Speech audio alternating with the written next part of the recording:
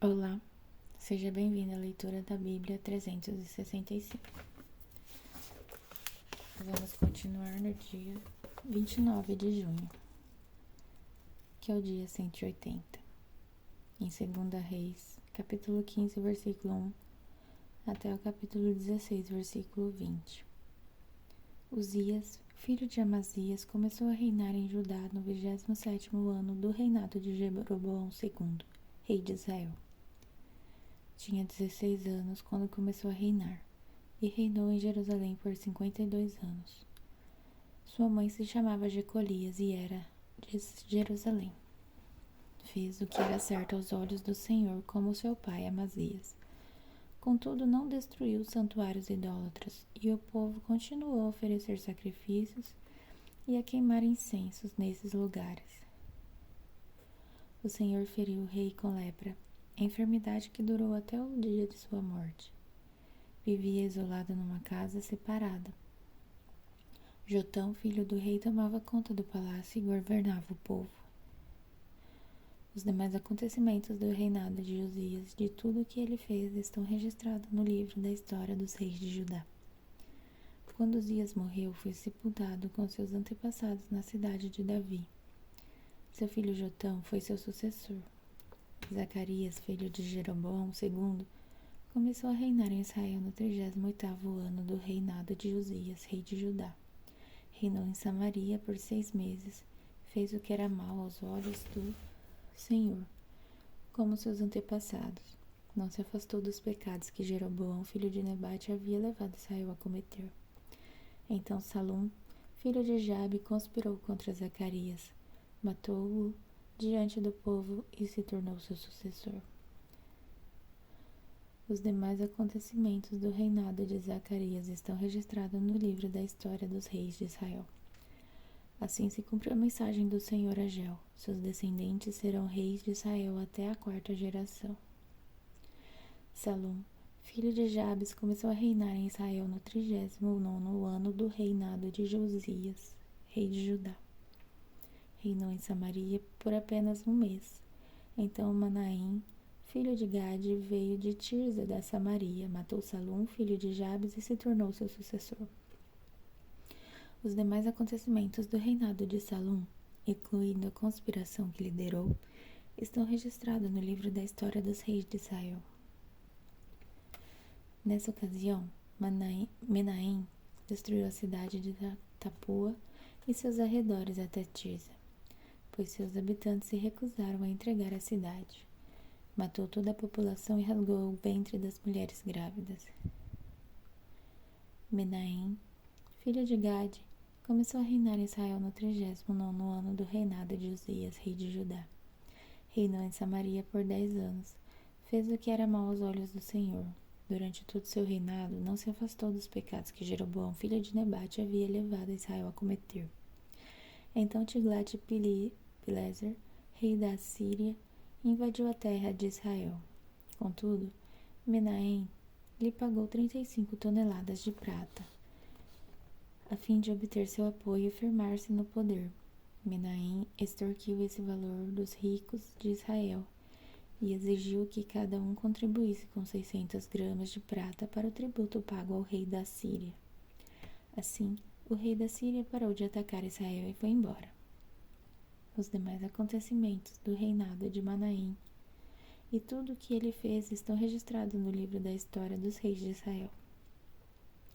Quando Menahem morreu e se reuniu a seus antepassados, seu filho Pecaías se tornou seu sucessor. Pecaías, filho de Menahem, começou a reinar em Israel no 50º ano do reinado de Uzias, rei de Judá.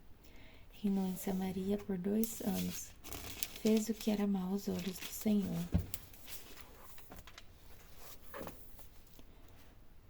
Não se afastou dos pecados de Jeroboão, filho de Nebate, que havia levado Israel a pecar. Então, Peca, filho de Remalias e comandante do exército de Pecaías, conspirou contra ele. Acompanhado de 50 homens de Gileade, assassinou o rei e também Argob e Airié, na fortaleza do palácio em Samaria. e Peca se tornou seu sucessor.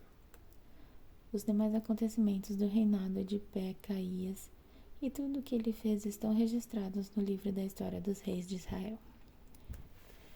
Peca, filho de Remalias, começou a reinar em Israel no 52º ano do reinado de Uzias, rei de Judá. Reinou em Samaria por 20 anos, fez o que era mal aos olhos do Senhor. Não se afastou dos pecados que Jeroboão, filho de Nebate, havia levado Israel a cometer. Durante o reinado de Peca, Tiglat-Pileser, rei da Síria, atacou Israel novamente e conquistou as cidades de Ijon, Abel-Bet-Maca, Janoa, Guedes e Hazor. Também conquistou as regiões de Gileade e da Galileia e todo o território de Naftali, e levou os habitantes cativos para a Síria. Então, Oséias, filho de Elá, conspirou contra Peca, filho de Remalias, e o assassinou. Começou a reinar em Israel no 20º ano do reinado de Jotão, filho de Uzias. Os demais acontecimentos do reinado de Peca e tudo o que ele fez estão registrados no livro da história dos reis de Israel. Jotão, filho de Uzias, começou a reinar em Judá no 2º ano do reinado de Peca, filho de Remalias, rei de Israel. Tinha 25 anos quando começou a reinar e reinou em Jerusalém por 16 anos. Sua mãe se chamava Jerusa e era filha de Sadoque. Jotão fez o que era certo aos olhos do Senhor, como seu pai Uzias. Contudo, não destruiu os santuários idólatras e o povo continuou a oferecer sacrifícios e a queimar incenso nesses lugares. Jotão reconstruiu a porta superior do templo do Senhor. Os demais acontecimentos do reinado de Jotão e tudo o que ele fez estão registrados no livro da história dos reis de Judá. Naqueles dias, o Senhor começou a instigar Rezim, rei da Síria, e Peca, filho de Remalias, a atacarem Judá. Quando Jotão morreu, foi sepultado com seus antepassados na cidade de Davi. Seu filho Acaz foi seu sucessor. Acaz, filho de Jotão, começou a reinar em Judá no 17º ano do reinado de Peca, filho de Remalias. Tinha 20 anos quando começou a reinar e reinou em Jerusalém por 16 anos. Ao contrário de seus antepassados, Davi não fez o que era certo aos olhos do Senhor, seu Deus. Em vez disso, seguiu o exemplo dos reis de Israel e até sacrificou seu filho no fogo. Desse modo, seguiu a práticas detestáveis das nações que o Senhor havia expulsado da terra diante dos israelitas. Ofereceu sacrifícios e queimou incenso nos santuários idólatras, nos montes e debaixo de toda árvore verdejante. Então Rezim, rei da Síria, e Peca, filho de Remalias, rei de Israel, subiram para atacar Jerusalém. Cercaram Acaz, mas não conseguiram derrotá-lo. Nessa época, o rei de Edom recuperou a cidade de Elate para os edomitas. Expulsou o povo de Judá e colocou os edomitas para morarem ali, onde estão até hoje. O rei Acaz enviou mensageiros para dizer a Tiglat-Pileser, rei da Síria: sou seu servo e seu súdito, venha salvar-me dos exércitos da Síria e de Israel que estão me atacando. Então Acaz pegou a prata e o ouro do templo do Senhor e dos tesouros do palácio e o enviou como pagamento para o rei da Síria.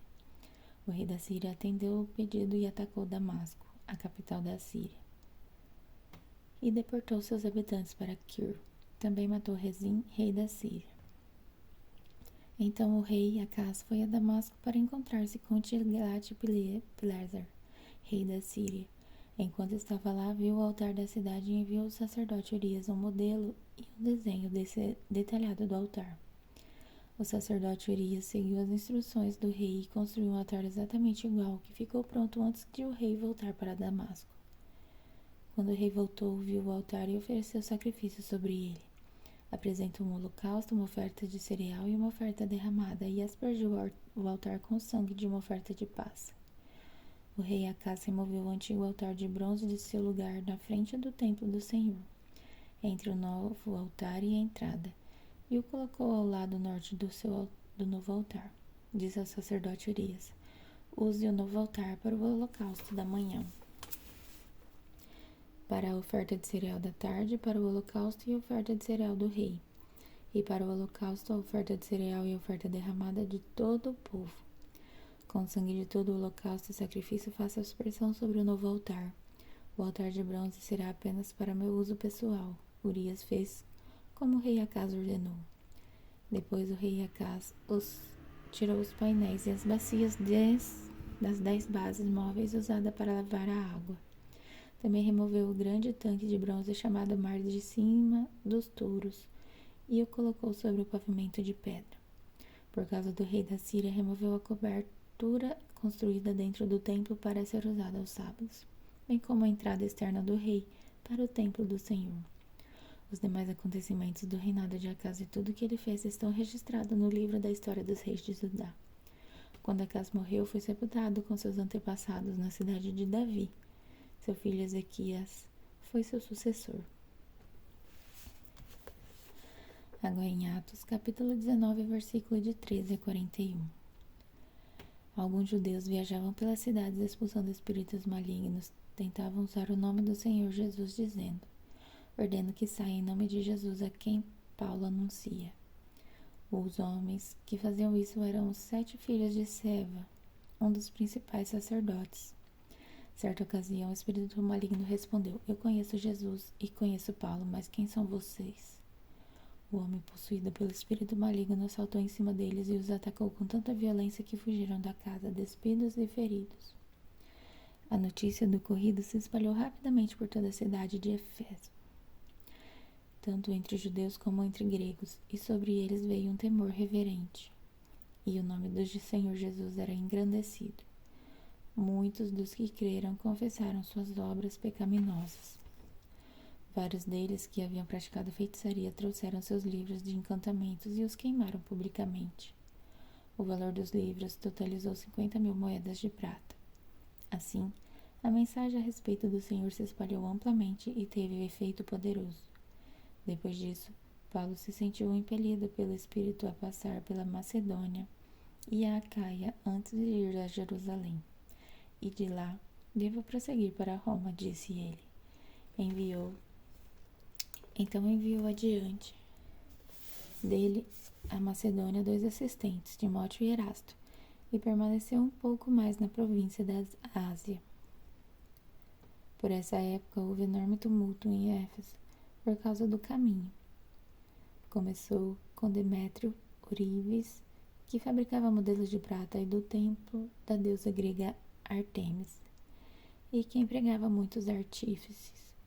Ele os reuniu a outros que trabalhavam em ofícios semelhantes e disse: senhores, vocês sabem que nossa prosperidade vem deste empreendimento. Mas como vocês viram e ouviram esse sujeito Paulo, convenceu muita gente de que deuses feitos por mãos humanas não são deuses de verdade. Fez isso não apenas aqui em Éfeso, mas em toda a província. Claro que não me refiro apenas à perda do respeito público por nossa atividade. Também me preocupa que o templo da grande deusa Ártemis perca sua influência, e que essa deusa magnífica, adorada em toda a província da Ásia ao redor do mundo, seja destituída de seu grande prestígio. Ao ouvir isso, ficaram furiosos e começaram a gritar: grande é Ártemis dos Efésios. Em pouco tempo, a cidade toda estava uma confusão. O povo correu para o anfiteatro, arrastando os macedônios Gaio e Aristarco, companheiros de viagem de Paulo. Ele também quis entrar, mas os discípulos não permitiram. Alguns amigos de Paulo, oficiais da província, também lhe enviaram recado no qual suplicaram que não arriscasse a vida entrando no anfiteatro. Lá dentro, em polvorosa, o povo todo gritava, e cada um dizia uma coisa. Na verdade, a maioria nem sabia porque estava ali. Entre a multidão, os judeus empurravam Alexandre para a frente e ordenaram que explicasse a situação. Ele fez sinal pedindo silêncio e tentou falar. No entanto, quando a multidão percebeu que ele era judeu, começou a gritar novamente e continuou por cerca de 2 horas. Grande é Ártemis dos Efésios. Por fim, o escrivão da cidade conseguiu acalmar a multidão e disse: cidadãos de Éfeso, todos sabem que Éfeso é a guardiã do templo da grande Ártemis, cuja imagem caiu do céu para nós.